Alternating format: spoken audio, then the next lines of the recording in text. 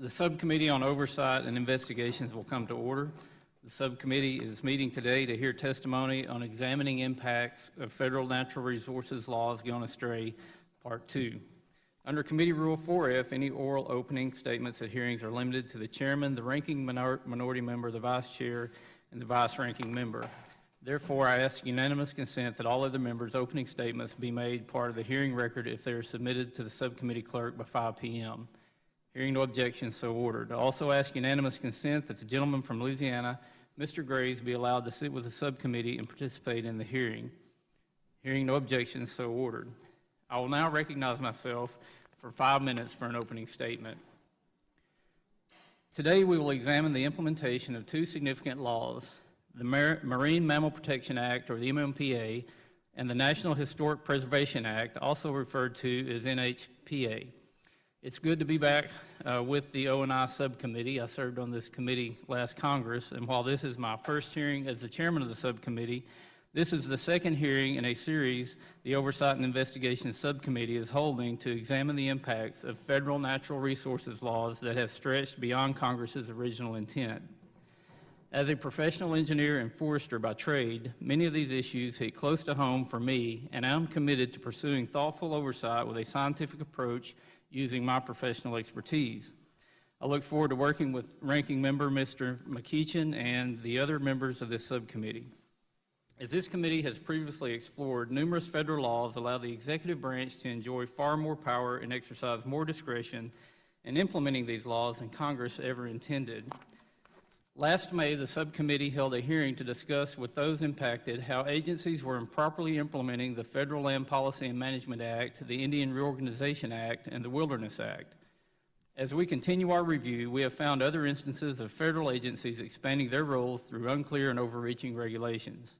In many of these cases, the expanded implementation of these laws has led to inefficient and burdensome regulatory processes, excessive amounts of litigation, and overall adverse effects for the American taxpayer. The MMPA was enacted to minimize harm to marine mammals due to human behavior. Regulations to protect marine mammals, however, have become extremely restrictive and oppressive without yielding significantly greater protections for these species.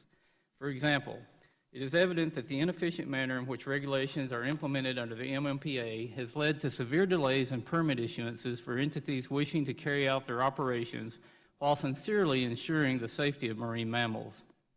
One of our 4 witnesses today will describe how this lengthy and complicated process affects seismic surveyors' efforts to explore our country's critical offshore oil and gas resources. Seismic surveyors have a history of safely operating in our nation's oceans while providing necessary information to initiate offshore energy production.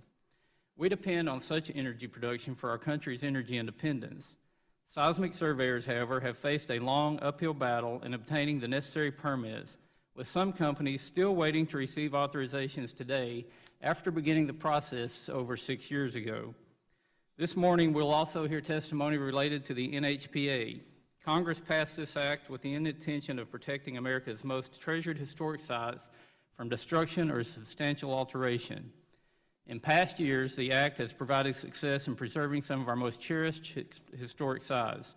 Unfortunately, today the implementation of this act has expanded beyond its original mission of protecting cherished historic sites and has created an enormous burden for many federal agencies.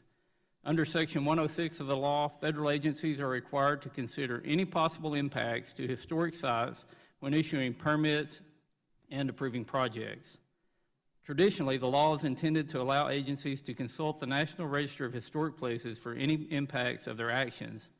However, today this has evolved into a process that is extremely time-consuming and burdensome, causing major delays for the approval of projects and permits, even if there's little expected impact to historic sites. The experience of one of our witnesses here with us today, Ms. Patricia Brandt, also exemplifies how this law is misapplied and vulnerable to abuse.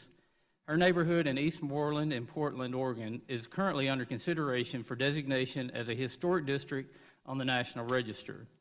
Her experience highlights the difficult and confusing processes required for opposing listings under National Park Service rules and exposes how this federal process is often used to bypass local decision-making on such matters. As we examine issues that have arisen from the improper implementation of these laws, I hope our discussion today will bring us closer to potential solutions that bring the application of these laws back to Congress's original intent. I look forward to hearing from our witnesses and members and look for ways how we can accomplish this for both the MMPA and the NHPA. I will now like to thank our witnesses for being here today. I look forward to hearing your testimony, and I'd like to recognize the ranking member of the subcommittee, Mr. McEachin of Virginia, for 5 minutes. Thank you, Mr. Chairman, and welcome back to the subcommittee, and we look forward to working with you as we go forward. And thank you to each of our witnesses for making the time to be here today. I want to suggest that this hearing is not what it appears to be. A hearing to truly understand the question posed by the majority would include not just the good people here today, but the administration as well. They would be able to fill in the details about the decisions behind each of these cases. We are going to have an incomplete picture today. A hearing to truly understand the question posed by the majority would also have to include one of the most recent and most egregious cases, this administration's apparent steamrolling of the multiple use mandate in the Federal Land Management Policy Act, or FLPMA. Secretary Zinke and other Trump administration officials have repeatedly used the term energy dominance when advocating even more fossil fuel production on public lands. However, it is unclear how the administration plans to balance its desire for energy dominance with its responsibility to protect public lands under FLPMA. FLPMA requires BLM land use to be decided on the basis of multiple use and sustained yield. FLPMA does not give one type of land use priority over another, as this administration is clearly trying to do by prioritizing coal, oil, and gas extraction on public lands at the expense of other uses like fishing, camping, and hunting. The courts have already ruled on this and have determined that multiple use does not mean that every piece of land must be available for every use, or that BLM should prioritize development on lands over other uses. The law does not prioritize economic return or mineral extraction.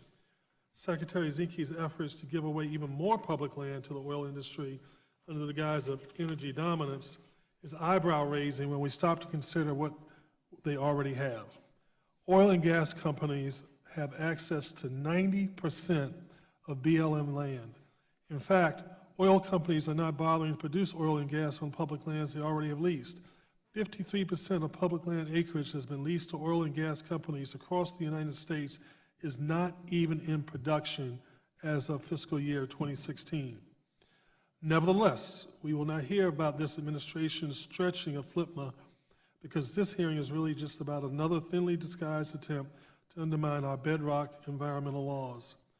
While the majority is doing that, they continue to completely ignore the single biggest issue in our jurisdiction, climate change.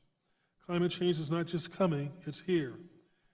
With the breaking off of the Larsen C ice shelf last week is the largest in a long list of warnings that my colleagues are straining to ignore. This subcommittee should be spending our time looking at how we can minimize the effects of climate change and how we can prepare for it. We should also be looking at uncertain likelihood, extremely high consequence events. Consider the potential release of just a fraction of the gigatons of carbon stored in the methane hydrates around the globe. If the atmosphere warms enough for that to happen, it would be irreversible, rapid, and catastrophic. But to my colleagues, they want to have yet another hearing attacking our environmental protections and an administration that is already history in the books. The American people deserve better. Thank you, Mr. Chairman, and I yield back. Thank the ranking member for his remarks, and I will now introduce today's witnesses. Dr. Amos Loveday is a consultant and a former historic preservation officer for both the Federal Communications Commission and the state of Ohio. Welcome, Dr. Loveday. Ms. Patty Brandt is the managing member of Patricia Brandt Consulting and a resident of the Eastmoreland neighborhood in Portland, Oregon. Thank you for joining us. Ms. Amanda Leiter is a professor with Washington College of Law at American University. Thank you for being here as well. And Ms. Nikki Martin is the president of the International Association of Geophysical Contractors, and thank you for your time today. Now, let me remind the witnesses that under committee rules, oral statements must be limited to 5 minutes, but your entire written statement will appear in the hearing record. In regards to testimony and questions, our microphones are not automatic, so you will need to press the talk button before speaking into the microphone. When you begin, the lights on the witness table will turn green. When you have 1 minute remaining, the yellow light will come on. Your time will have expired when the red light comes on, and I will ask you to please conclude your statement. I will also allow the entire panel to testify before questioning the witnesses. The chair now recognizes Dr. Loveday for his slider, and the chair now recognizes Ms. Martin for 5 minutes for her testimony. Chairman Westerman, Ranking Member McEachin, and members of the subcommittee, thank you for the opportunity to testify. My name is Nikki Martin, and I am the president of the International Association of Geophysical Contractors. I testify today on behalf of IAGC's members who represent the first step in global energy exploration. Seismic surveying is a well-understood and environmentally safe industry practice. Informed decisions regarding offshore energy development can only be made with the evaluation provided by modern seismic data. It is for this very reason that the seismic survey permitting process has been politicized actively under the pretense of alleged harm to marine mammals. The Marine Mammal Protection Act, or MMPA, was enacted in 1972, and as with many environmental statutes of that era, was passed with good intentions. While there will always be exceptions, such as the loss of the Chinese River Baiji dolphin and the current peril of the Mexican vaquita, both victims of illegal destructive fishing practices, the MMPA has been a success. The statute boasts a long list of recoveries and increased marine mammal populations, alongside continuous seismic surveying here in the U.S. and around the world.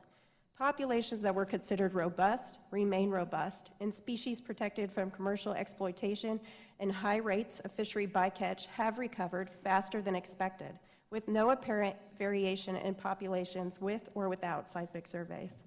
The irony today is that a law never intended to regulate sound in the ocean is now applied primarily to regulate sound-generating activities.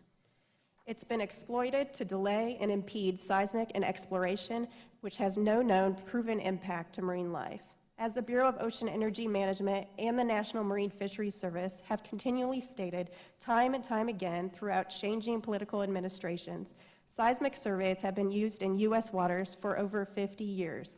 To date, there has been no documented scientific evidence of sound from acoustic sources adversely affecting marine animal populations, commercial fishing, or coastal communities. The reality is that the seismic industry has a long track record of safe, responsible operations. Unfortunately, the permitting of the surveys critical to identifying the nation's energy supplies is too often stalled or impeded by abuse of existing regulation and litigation. At IAGC, I have seen firsthand the detrimental impacts of non-transparent and delayed decision-making stemming from the MMPA as it is administered by agencies and exploited by advocacy groups in ways never envisioned by Congress. For the past decade, significant flaws in the MMPA have enabled special interest groups to drive an anti-oil and gas agenda through the courts and bureaucracies with no benefit to marine life. Fixing these flaws would increase regulatory certainty, decrease inefficiencies, and benefit all stakeholders in implementing agencies. The prime example is the Atlantic, where obtaining a permit to conduct a seismic survey has been excessively laborious and riddled with uncertainty and unlawful delay. Initial requests for survey permits were made 7 years ago, with the permits under current consideration pending for the past 3. The permitting of potential Atlantic surveys has included many environmental impact reviews and multiple opportunities for public comment, including unprecedented comment periods not required by statute. However, the most concerning and problematic delays are primarily due to difficulties acquiring incidental take authorizations, or IHAs, from NEMS pursuant to the MMPA. Delays to pending IHA applications now stand in excess of 700 days. In my written testimony, I have provided detailed recommendations on how Congress should amend the MMPA to bring the law into the 21st century. These include updates to areas of the statute that are ambiguous and unsuited for practical application to offshore activities, and also recommendations to address the inexcusable delays and procedural inefficiencies that have occurred in the past decade. Congressman Johnson's Streamlining Environmental Approvals Act is the first step to correct the course on a wayward law. The SEA Act provides a common-sense approach to ensure that offshore energy exploration and other critical activities can move forward in line with the original intent of the MMPA.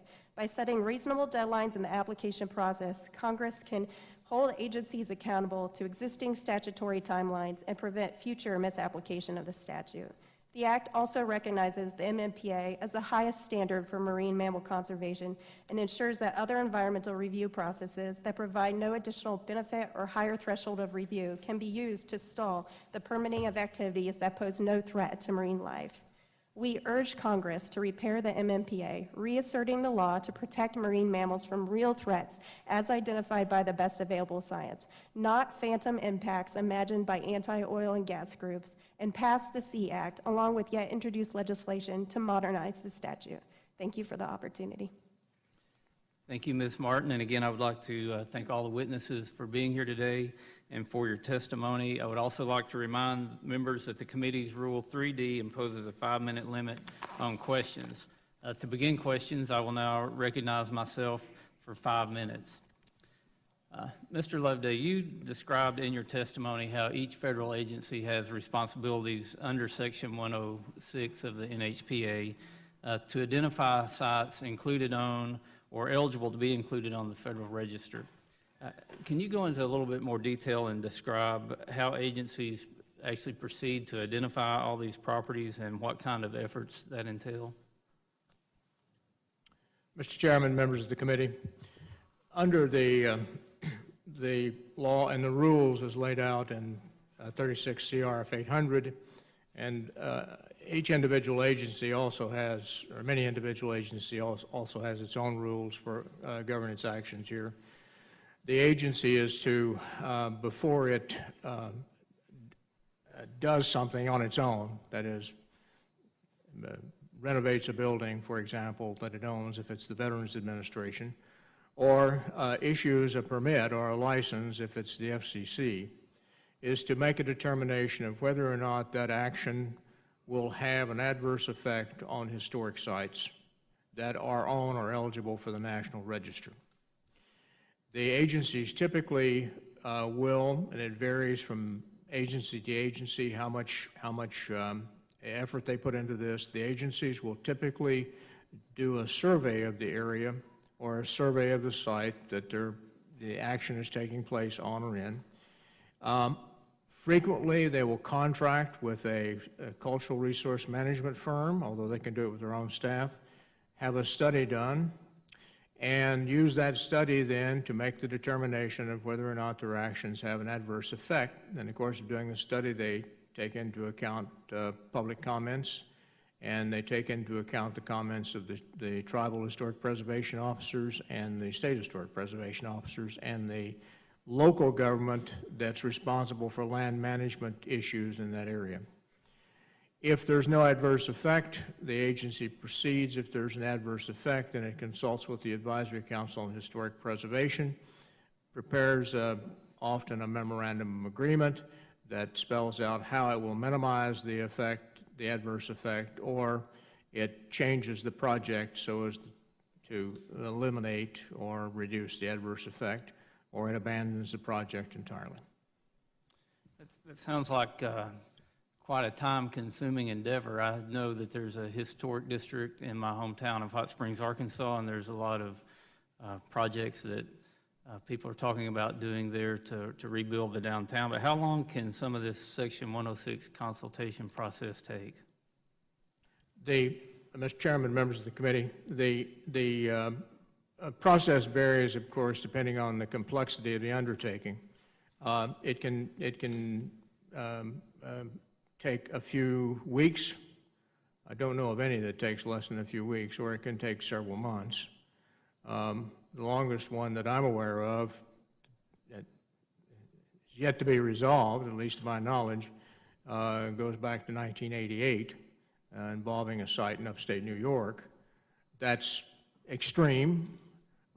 Most of the projects that I've worked on over the years will get resolved from beginning to end in a few months, 3 or 4 months. The state historic preservation officers and, in theory, the tribal preservation officers are required to make their comments to the agency within 30 days.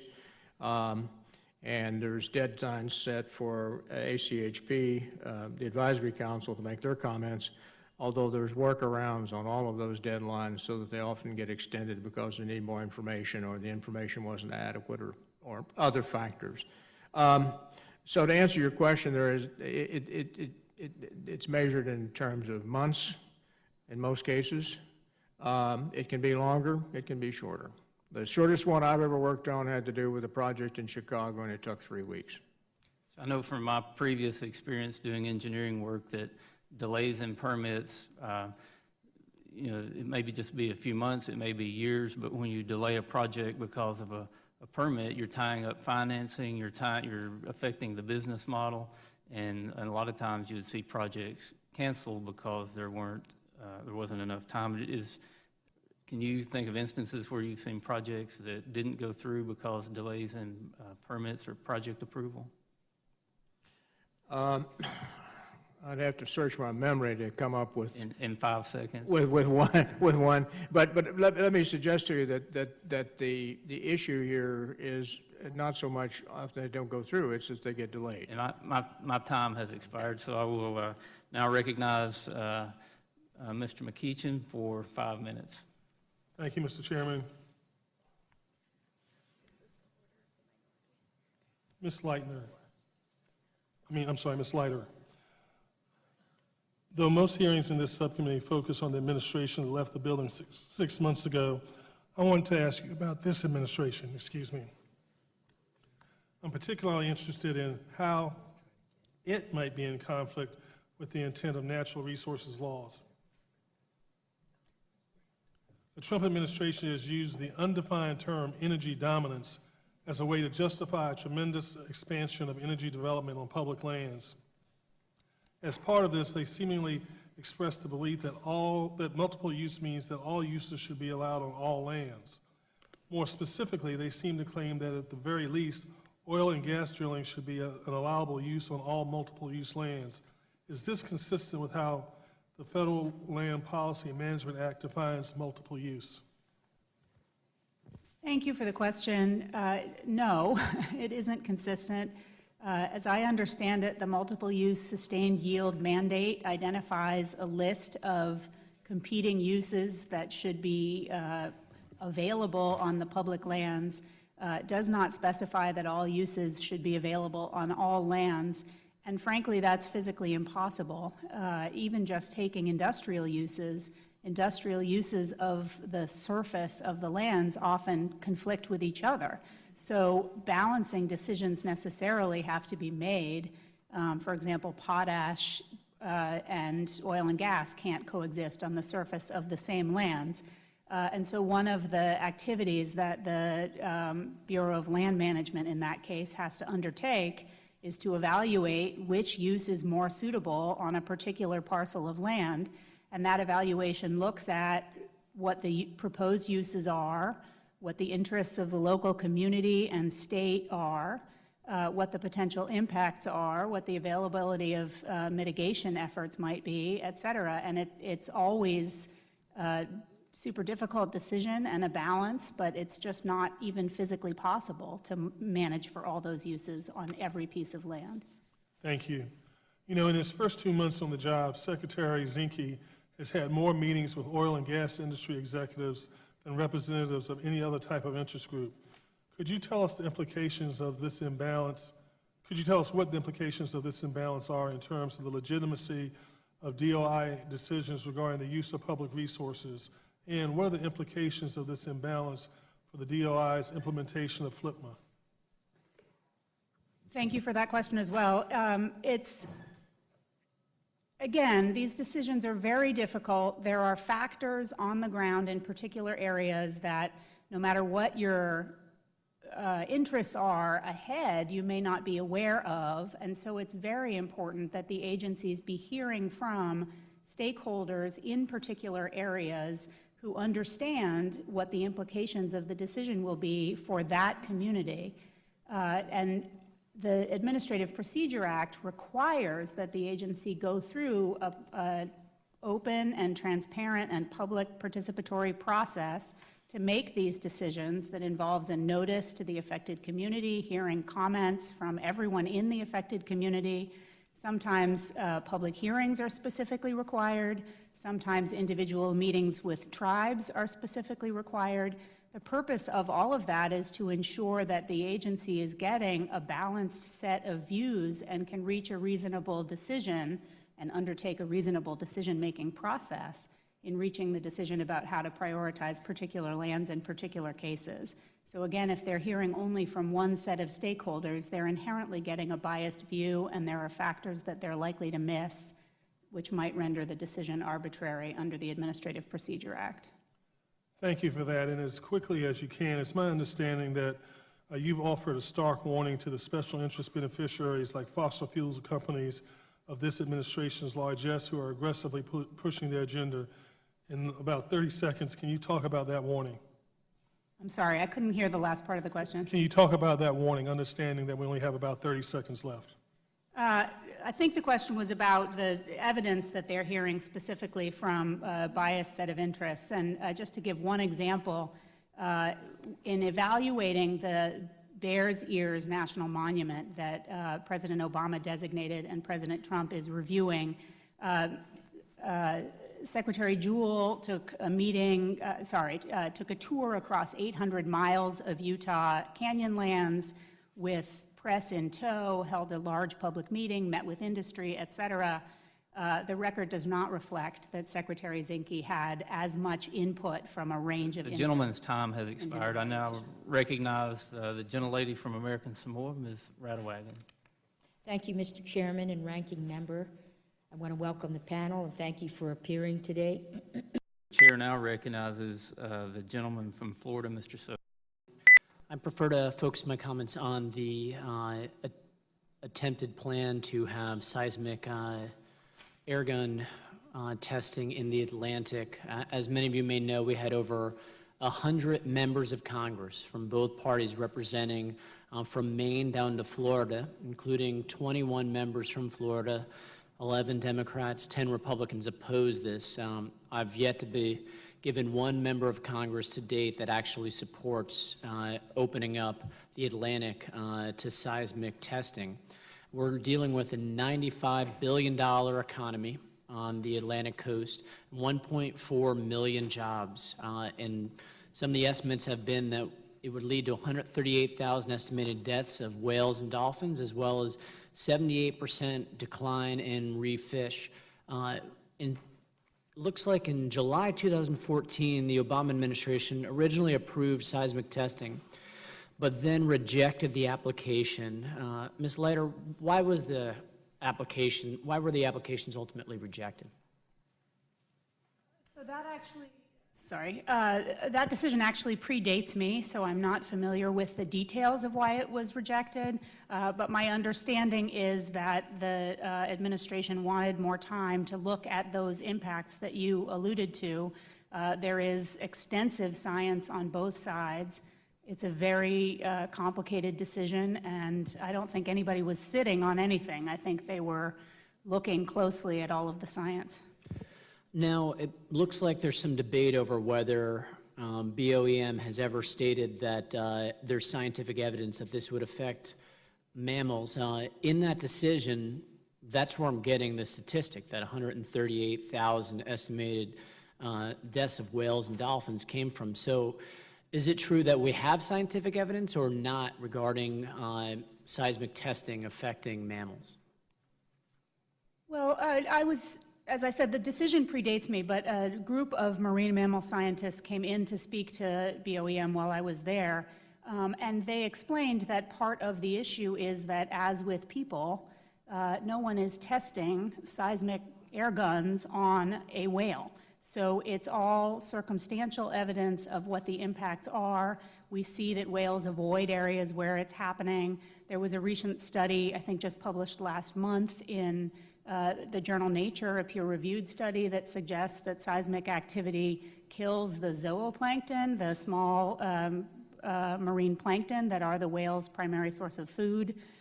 So there is substantial, but I guess I would call it circumstantial evidence that this has a negative and harmful impact on whales.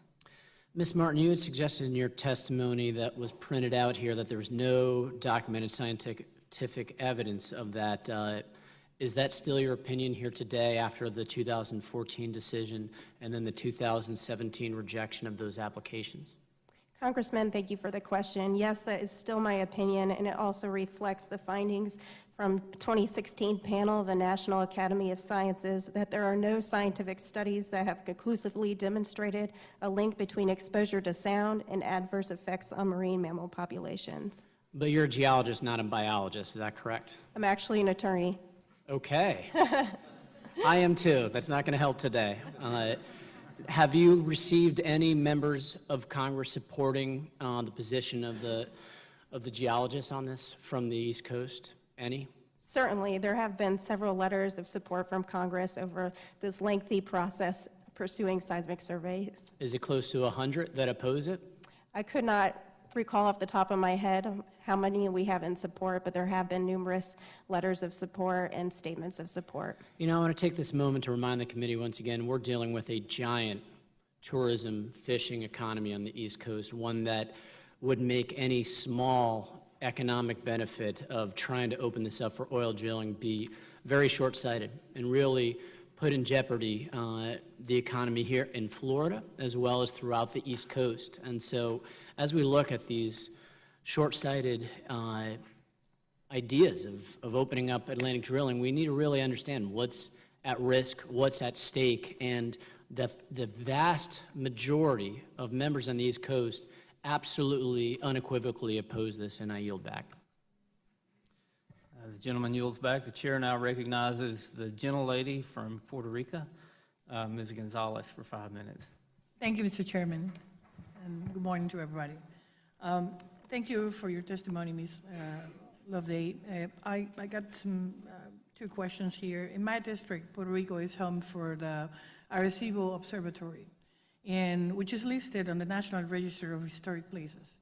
And the observatory is undergoing a Section 106 process initiated by the National Science Foundation. And the National Science Foundation seeks to divest the observatory. I have some concerns about the complexities of the process that is required to alter a scientific installation listed in the National Register. And my question will be, what effect, in your experience, does the Section 106 have on decision-making process of private and public entities that might seek to change or upgrade scientific installations that are listed on the National Register and are still in operation?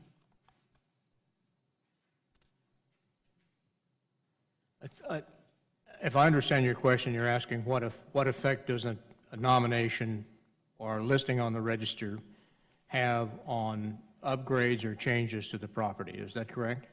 In the process, in the decision-making process, the installation is already in the National Register. So if you are going to make changes and it's still in operation, what kind of impact and a decision-making that section may have in public and private institutions? Well, first of all, the National Register designation or an actual nomination only applies if there's a federal undertaking. So that's the first thing. In theory, it has no effect on the private property owner's ability to change or alter the property. Now, having said that, Chair now recognizes the gentleman from the 1st District of Missouri, Mr. Clay, for 5 minutes. Thank you, Mr. Chairman, and thank the witnesses for participating in this hearing. Ms. Leader, as you mentioned in your testimony, this administration has solicited feedback from various industries about which safeguards of our health and the environment should be attacked. I'll note that my colleagues on this subcommittee are following suit. The former chairman and vice chairman sent letters on May the 9th, 2017, to nearly 50 trade associations and companies soliciting feedback on, quote, burdensome government regulations or processes under the subcommittee's jurisdiction, end quote. None were sent to citizen environmental groups or the public health community. How does that kind of lopsided solicitation for feedback decrease transparency? Thank you for the question. I think the solicitation of input is a very positive thing. The concern arises when the solicitation is one-sided so that other interests can't figure out how to weigh in on the question that's being asked. So in the example of the regulatory reform request for comments, the Federal Register notice lays out that the administration is looking for, as you said, identification of burdensome regulations, regulations that are ineffective, regulation whose costs, in the view of the commenter, exceed their benefits. It's very hard as someone who supports public health regulation, supports environmental regulation, et cetera, to figure out what the targets are likely to be and how best to defend against the claim that those targets are burdensome. So the request for comments essentially gives industry a checklist of ways to identify regulations as burdensome, but doesn't similarly give regulatory beneficiaries any indication of what the targets are likely to be or how to respond. So really there's a lack of balance here as far as what works appropriately to protect the environment, to protect health, versus what burdens are on industry. Right. I mean, the administration is likely to hear that these numerous regulations are burdensome because by definition regulations do burden someone. So someone is going to come in and say almost every regulation is burdensome in some way, but they're not going to hear from the corresponding beneficiaries who say, okay, that's a burden, but that's a burden that is forcing the industry to internalize a set of costs that were otherwise being imposed on our community. I see. And Ms. Leader, in her testimony, Ms. Martin stated that, quote, advocacy organizations have continued to misuse the APA's litigation provisions to attempt unsuccessfully to impede Arctic oil and gas activities, end quote, and that it is necessary to reduce, quote, the ability for outside special interest groups to obstruct energy exploration, end quote, to ensure continued development. Ms. Leader, during your time as Deputy Assistant Secretary for Land and Minerals at the Interior, from August 2015 to January 2017, did you find that advocacy organizations misused the Administrative Procedures Act litigation provisions? Thank you for the question. I have several responses to that. The first is that advocacy groups tend to sue more in what they view as disfavorable administrations, and industry groups tend to sue more in what they view as disfavorable administrations. So there's sort of a shifting balance. My understanding is that the numbers overall reflect that industry sues over natural resource policy more often than NGOs, but I haven't seen published statistics on that. So I've just seen an informal study. But the bigger point I would make is that if the lawsuit is successful, then an impartial judge, in theory, has determined that the agency did overreach. If the lawsuit is unsuccessful, then an impartial judge has determined that the agency did not overreach. But asking a judge to make that determination is not a misuse of our Administrative Procedure Act. It's merely a request for input. Time has expired. Thank you. Move on to the next questions from the gentleman from the 2nd District of California, Mr. Huffman. You're recognized for 5 minutes. Thank you, Mr. Chairman. Well, I really hope the American people are watching. not just the insiders and industry lobbyists that are very familiar with this committee and these hearings, but regular folks who care about the environment and are disgusted with the rigged system where special interests wag the dog of public policy in Congress. Because here we are again, and this is becoming a familiar theme in this Congress, talking about rolling back environmental protections in order to boost dirty energy production. That is such a trademark, an emerging trademark of this Congress and this administration. When the Interior Secretary was here recently to talk about a budget that proposed $1.6 billion in funding cuts, Secretary Zinke said that's what a balanced budget looks like. However, it was a budget balanced by seeking no concessions at all from the oil and gas industry, while rolling back environmental protections, including shuttering the Marine Mammal Commission, which is the crucial scientific agency responsible for overseeing implementation of the Marine Mammal Protection Act. And in a recent executive order, the President even opened the door to removing the scientific guidance in place for assessing anthropogenic sound, one of the subjects of this conversation today, on the hearing of marine mammals and their behaviors. So at the same time that we're having a hearing to say there's no science to support existing protections for marine mammals, this administration, with the help of this Congress, is working to eliminate existing scientific guidance and potentially to eliminate the agency that's best equipped to answer these questions and to advise Congress on this issue. I guess the preference is to just get the answers from industry. So we're talking about the development of offshore energy and its impacts on marine habitat and the sound from airgun activities, which in fact is an enormous and obvious impact. We're talking about something that, a blast that is one of the loudest anthropogenic sounds in the entire ocean that gets repeated every 10 to 12 seconds for days, weeks, or even months at a time. It is similar in its decibel level to this air gun that I have right here.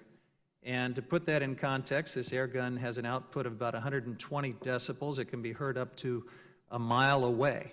It's only a little bit less loud than a jet engine at takeoff. So we're talking about something that is enormously impactful, and it's also important to remember that water transmits sound differently than air. It's actually more efficient. So the same sound in water and air can actually have a greater impact in certain situations in water. So, Ms. Martin, your testimony talks about the fact, you claim in your testimony that the Marine Mammal Protection Act was not originally designed to regulate sound in the marine ecosystem, but it was absolutely designed to protect essential habitats for each species of marine mammal from the adverse effect of man's actions, and it was designed specifically to prevent harassment in order to protect marine mammals. So just considering our context here in this committee room, a significantly loud and frequent blast of noise, I think, would be a distraction from our work. Wouldn't you agree? Would you like me to sound off this air gun actually every 10 to 12 seconds? Do you think your testimony would benefit from that? Congressman, I appreciate the prop, but I'm just asking if you'd like me to blast the air gun with the chairman's permission. I mean, I'm happy to do it if it's needed to make the point. You probably don't want me to do I'll remind the gentleman that would be a violation of House decorum. We don't want to do that. No. We don't want to do that. We don't want to hurt people's eardrums. We don't want to destroy the habitat that we're trying to function in right now, and we should bring the same common sense to our oceans and our marine mammals. Now, in July of 2016, I'm going to continue with you and give you a chance to speak, Ms. Martin. NOAA completed its technical guidance for assessing the effects of anthropogenic sound on marine mammals. This underwent an internal review, 3 external peer reviews, a follow-up peer review, 3 public comment periods, and informal input from dozens of partners, federal agency partners and private sector stakeholders. Ms. Martin, has the science changed so profoundly in the last 12 months that we've got to review that guidance right now? Thank you for the question. And uncertainty over that development of the acoustic guidance process, including the 3 drafts, as you mentioned, and eventually final guidance, has been one of the major delays and uncertainties that has riddled the Atlantic permitting process. Industry stakeholders have also commented often and at each step of the review. And this latest review and final guidance, and now, as you mentioned earlier, it's under review again by executive order, pinpoints problems. The gentleman's with- time has expired. I'm now pleased to recognize the vice chairman of the full committee, previous chairman of this subcommittee, the gentleman from the 1st District of Texas, Mr. Gomer. Well, if the gentleman would allow me to yield to, how many decibels does that make? Wow, okay, thank you. I really appreciate the witnesses here, because this is an important hearing. This is critical. Marine mammals are suffering from one of the most egregious things that is being allowed to happen, and hopefully as a result of this hearing, we can find a way to stop noises that are 120 decibels, and I'm talking, of course, about the most common 120 decibel sound that is made and that does so much enormous damage, to quote my friend, to mammals. I'm, of course, talking about thunder.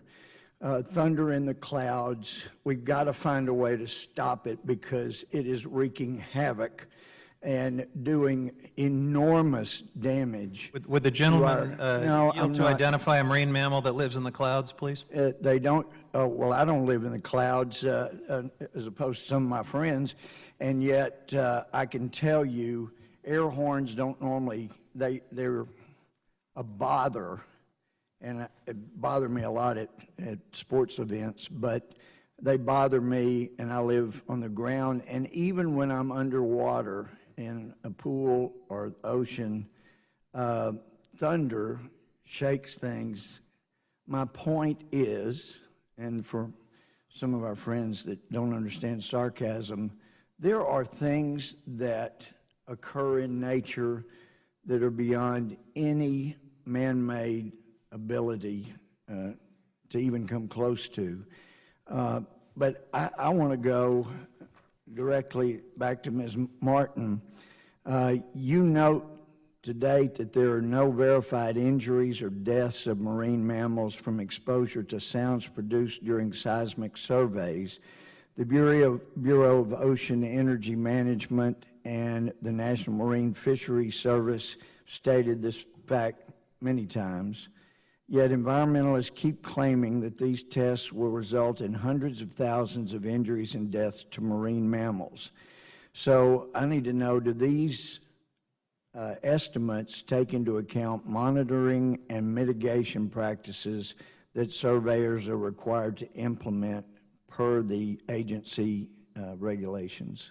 Congressman, I appreciate the question. Simple answer is no, they do not. In fact, those estimates and the often quoted 138,000 injuries or deaths is an extreme exaggeration of the MMPA take estimation. Those are simply estimates of exposure to sound, not actual impacts estimated to occur.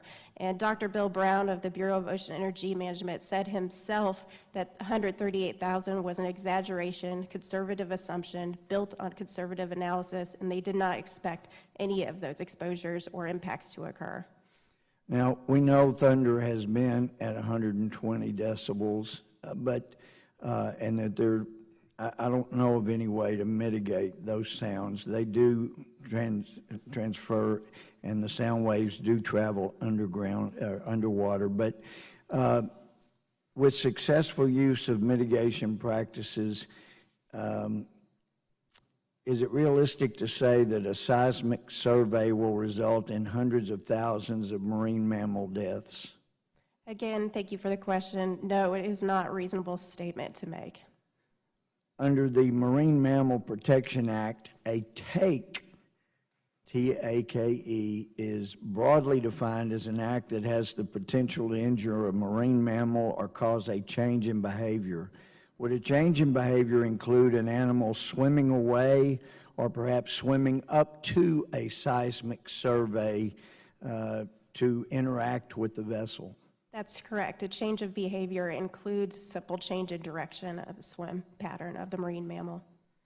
So any change, including swimming up and becoming friendly, would be considered a take? That's correct, under current definition under Marine Mammal Protection Act. Since the definition of take is so broad, then the permitting process doesn't take into account the effects of mitigation practices. So it's not surprising at all that these seismic surveys come with such high estimates or potential takes. Would you agree that these estimates are often misleading in numbers, since the takes can include just swimming away or swimming up to a vessel? Congressman, I would agree that by not incorporating mitigation measures into the estimates, they are overly conservative, but I would also point to the consistent findings of thriving, stable marine life populations alongside seismic surveying in both the Chukchi and Beaufort Seas and the Gulf of Mexico, where seismic surveys have been conducted for over 50 years. And again, I'd direct my friends back to the Gulf of Mexico, where drilling with loud noises has produced enormous amount of new underwater life. Thank you. Yield back. The chair now recognizes and welcomes to the committee the gentleman from Louisiana, who is not only a strong advocate for the economic vitality of the Gulf of Mexico, but also for the environmental vitality. He's done a lot of work restoring wetlands, and the chair recognizes Mr. Graves for 5 minutes. Thank you, Mr. Chairman. My friend from California, is that the same one you had last night at the party? I thought it was out of air. That's it. No, no. Thank you all very much for being here today. I really wish we had someone from the administration here, but Professor, I think I'm going to pick on you a little bit, if that's okay.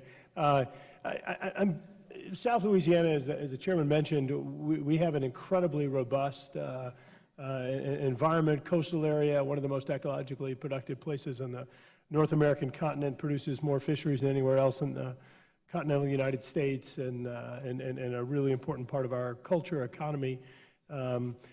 What happened is back in the 1930s, after the Great Flood of 1927, the Corps of Engineers came in and began building levees along the river system. And when they did, they cut off all of this freshwater and sediment that was coming down the river, draining from Montana to Canada to New York, and used to result in a delta building in a growing deltaic plain. And after the Corps finished that, it immediately reversed to land loss. And in fact, we've lost approximately 1,900 square miles of our coast, the size of Delaware, in fact, larger than the size of Delaware.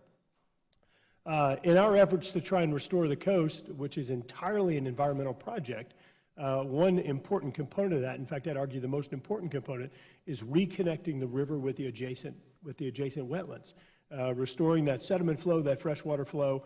NOAA recently came to us, and in regard to the Marine Mammal Protection Act, it appears that it is going to take them 5 years to complete their MMPA analysis. 5 years. I want to be clear. No one did an MMPA analysis to determine the impact of putting these levees on the river, the loss of 1,900 square miles of this productive coastal wetland area. Yet we're going to delay this project, and I want to be clear, delay. We have nearly $1 billion in non-federal funds in the bank today to implement this project. Do you see that as being proper execution of environmental laws, to delay an environmental project for 5 years like that? Or do you think that perhaps there's a better balance that could be struck there? Thank you for the question. I thought you were going to ask me to defend the Corps of Engineers, but thankfully. Well, it's their fault. Thankfully, you did not.